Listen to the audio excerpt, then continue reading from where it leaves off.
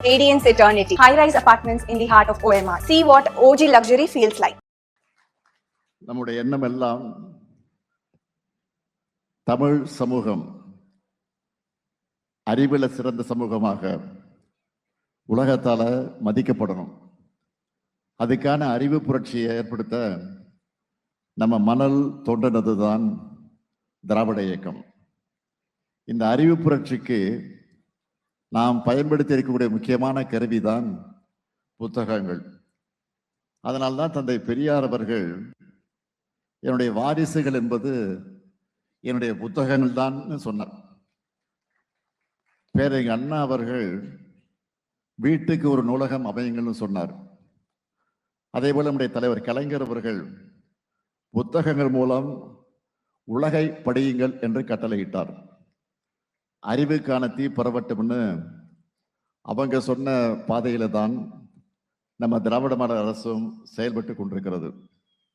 இன்னும் சொல்லணும்னா தனிப்பட்ட முறையில 2017ஆம் ஆண்டு முதலே என்னை சந்திக்க வர்றவங்க, அப்படி சந்திக்க வருகிற போது எனக்கு பொன்னாடைகளும் பூங்கொத்துகளுக்கும் கொடுக்கக்கூடியவங்க அதற்கு பதிலாக புத்தகங்களை கொடுக்கணும்னு நான் சொன்னேன். அப்படி பெறப்பட்ட புத்தகங்களை அண்ணா அறிவாலயத்தில் இருக்கக்கூடிய பேராசிரியர் அன்பழகன் ஆய்வு நூலகம் மூலமா அந்த புத்தகங்கள் கேட்டு எனக்கு கடிதம் எழுதின மாணவர்கள், இளைஞர்கள், படிப்பு வட்டங்கள், நூலகங்கள் நான் தொடர்ந்து வழங்கி கொண்டிருக்கிறேன். இதுவரை எவ்வளவு புத்தகங்கள் அந்த அடிப்படையில் எனக்கு கொடுக்கப்பட்டிருக்கு தெரியுமா? சுமார் 4 லட்சம் புத்தகங்கள் வழங்கப்பட்டு அவைகளெல்லாம் நான் பல்வேறு இடங்களுக்கு அனுப்பி வைத்திருக்கிறேன். தமிழ்நாடு மட்டுமல்ல, இலங்கை உள்ளிட்ட தமிழர் வாழக்கூடிய நாடுகளுக்கு அனுப்பியிருக்கிறோம். புத்தகங்களை பரிமாறுகிறத ஒரு இயக்கமாகவே நடத்திக்கிட்டு இருக்கிறோம். அண்மையில கூட திமுக இளைஞரணியின் சார்பில் வள்ளுவர் கோட்டத்தில் அறிவு திருவிழா நடத்துறாங்க. நான் போய் அங்கே 1/2 நாள் அந்த வள்ளுவர் கோட்டத்துக்கு சென்று அங்கே 1/2 நாள் முழுவதும் சுற்றி பார்த்து அந்த புத்தக ஸ்டால்களை எல்லாம் நான் மகிழ்ச்சியோடு, பெருமையோடு, பூரிப்போடு பார்வையிட்டேன். நேரம் போனதே தெரியல, அந்த அளவுக்கு நான் பார்வையிட்டேன், பார்த்தேன். தொடர்ந்து ஏராளமானவர் அங்கே வந்து புத்தகங்களை வாங்கி சென்ற செய்தியை பார்த்தபோது நான் உண்மையிலேயே மகிழ்ச்சி அடைந்தேன். இப்படி நாம் வாங்குகிற ஒவ்வொரு புத்தகமும் தனிப்பட்ட முறையில நமக்கும் நம்முடைய சமூகத்துக்கும் எதிர்காலத்துக்கு பயனளிக்கக்கூடிய விலை மதிக்க முடியாத சொத்தாக அமைகிறது. திராவிட முன்னேற்ற கழகத்தின் மூலமாக மட்டுமல்ல, திராவிட மாடல் அரசு மூலமாகவும் வாசிப்பு பழக்கத்தை ஊக்குவிக்க வேண்டும். புத்தகங்களை எல்லோருடைய கைகளுக்கும் கொண்டு சேர்க்கணும்னு ஏராளமான திட்டங்களையும் முன்னெடுப்புகளையும் நாம தொடர்ந்து செஞ்சுக்கிட்டு இருக்கிறோம்.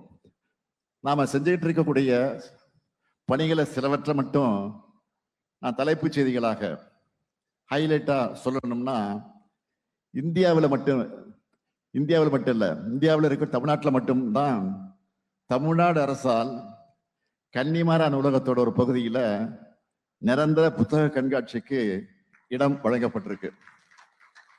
புத்தக கண்காட்சியை நடத்த ஆண்டுதோறும் 75 லட்சம் ரூபாயை வழங்கி கொண்டிருக்கிறோம். கொரோனா காலகட்டத்தில் இந்த புத்தக பதிப்பாளர்கள் வெளியீட்டாளர் அமைப்புக்கு 50 லட்சம் ரூபாய் நிதி வழங்கணும். அந்த நிதியிலிருந்து ஒவ்வொருவரும், பதிப்பாளர்கள் ஒவ்வொருவருக்கும் 10,000 ரூபாய் நிதி உதவியை பெற்று பயனடைஞ்சிருக்கிறாங்க. சென்னையில் மட்டும் இல்ல, தமிழ்நாடு முழுக்க புத்தக கண்காட்சி நடக்க காரணம் நம்ம திராவிட மாடல் அரசுதான் என்று பெருமையோடு சொல்வேன்.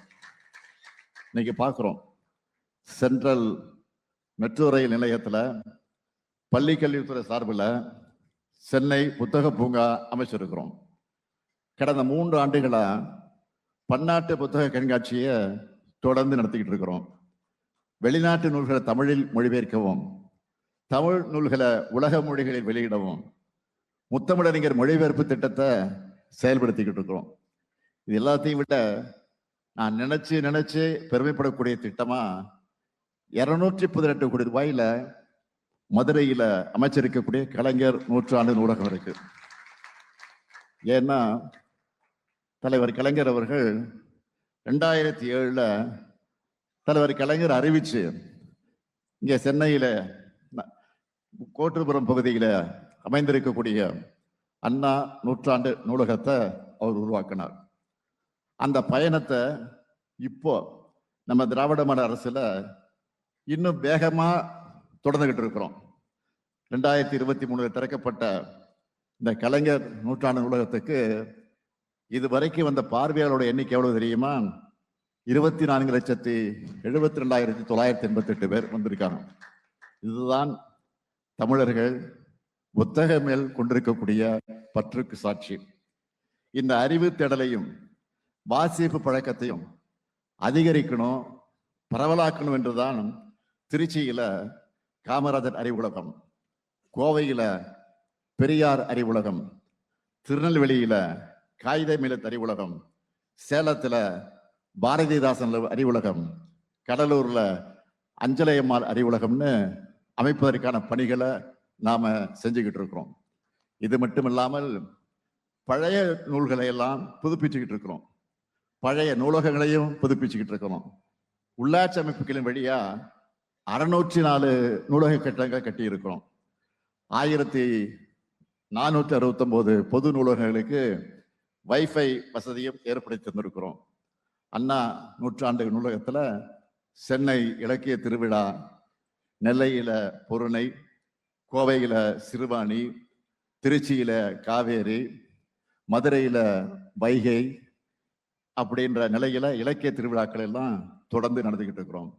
அது மட்டுமா, தமிழ் நூல்கள் நாட்டுடைமை, எழுத்தாளர்கள் பிறந்த நாளில் கூட்டங்கள், குறைந்த விலையில சங்க இலக்கிய நூல்கள் வெளியீடு, திராவிட களஞ்சிய உருவாக்கம், இதழியாளர்களுக்கு கலைஞர் எழுதுகோள் விருது, உலக பல்கலைக்கழகங்கள்ல செம்மொழி தமிழ் இருக்கைகள், நூலகங்களுக்கு சிற்றிதழ்கள், இலக்கிய மாமணி விருதுகள், உயரிய விருது பெற்ற எழுத்தாளர்களுக்கு கனவு இல்லம், திசைதோறும் திராவிடம்னு எழுத்தாளர்களுக்கு ஏராளமான திட்டங்கள் செயல்படுத்தப்பட்டு வருது.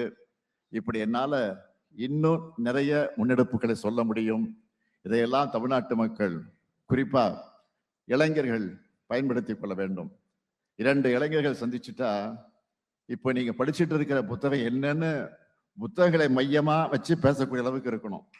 புத்தகங்களை பற்றி விவாதிக்கிற அளவுக்கு வாசிப்பு பழக்கம் அதிகரிக்கணும், அறிவித்து பரவணும். இன்னைக்கு வளர்ந்திருக்கக்கூடிய தொழில்நுட்பம் புத்தகங்களை படிக்க நிறைய வாய்ப்புகளை உருவாக்கி இருக்கு. மின்னூல்கள், கிண்டில் கருவின்னு நிறைய ஆப்ஷன்ஸ் வந்துடுச்சு. பல்வேறு இணைய நூலகங்கள் இருந்து நம்மால எளிதால புத்தகங்களை டவுன்லோட் பண்ணிக்க முடியும். இத்தனை வாய்ப்புகள் இருந்தாலும் ஒரு புத்தகத்தை கையில் ஏந்தி ஒவ்வொரு பக்கமா புரட்டி படிக்கிற அனுபவமே தனி சுகம்தான்.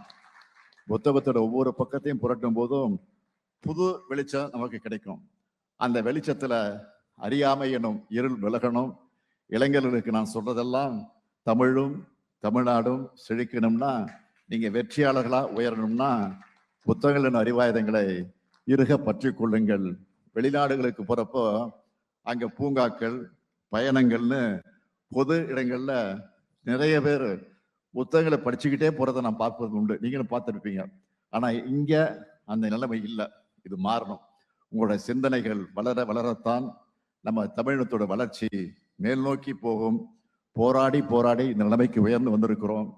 இங்க இருந்து நாம முன்னாடி தான் போகணும். யாரும் நம்ம வீழ்த்த அனுமதிக்க கூடாது. அதனால தினமும் 1 மணி நேரமாவது படிக்கிற பழக்கத்தை வளர்த்து கொள்ளுங்கள். உங்கள் டைமை புக்ஸ்ல ஸ்பெண்ட் பண்ணுங்க. புதிய எழுத்தாளர்கள் உருவாகி வாங்க. எழுத்துக்களை படிக்க படிக்க எண்ணங்கள் வளரும். எண்ணங்களை எழுத்துக்களாக படைக்கும் பழக்கத்தை உண்டாக்கிக்க. அதுக்கு இது போன்ற புத்தக கண்காட்சிகள் நிச்சயம் கை கொடுக்கும். இந்த நிகழ்ச்சியை நேரலையிலும் செய்திகளையும் பரப்பக்கூடியவர்களை நான் கேட்டுக்கொள்ள விரும்புவது, சென்னையிலையும் சுற்றுப்புற மாவட்டங்களையும் இருக்கிறவங்க இந்த புத்தக கண்காட்சிக்கு வாங்க. விடுமுறை நாட்கள்ல குழந்தைகளோடு வாங்க. குழந்தைகளுக்கு புத்தகங்களை அறிமுகப்படுத்துங்க. புத்தக கண்காட்சிகள் என்பது எழுத்தாளருக்கு மட்டுமானதல்ல, அனைவருக்கும் சொந்தம்.